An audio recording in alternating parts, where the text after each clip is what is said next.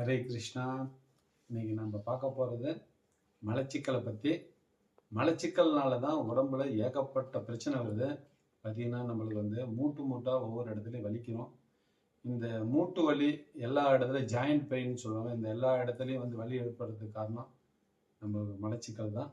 இந்த மலச்சிக்கலை நம்ம கிளியர் பண்ணணும் அப்படின்னா ஒன்று பேதிக்கு சாப்பிட்டு வெளியே தள்ளலாம், இல்லைன்னா தானாகவே அந்த பெருங்குடலை இயக்க வச்சு அதனுடைய கழிவு வெளியே தள்ளுறதுக்கும் சில பாயிண்ட்ஸ் இருக்கு.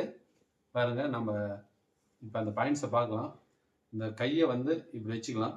கையை இப்படி வச்சுட்டு இந்த மணிக்கட்டு ரேகை இருக்குது பார்த்தீங்களா?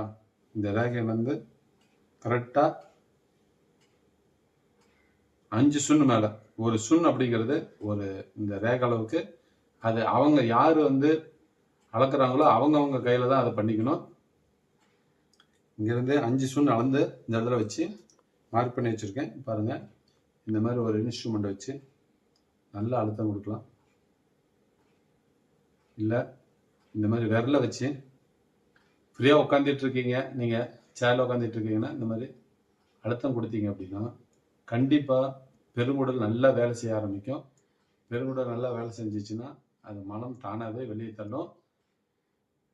மலம் இல்லாத ஒரு பெருங்குடல் சுத்தமாக இருந்தது அப்படின்னா உடம்புல எந்த நோயுமே உண்டாகாது.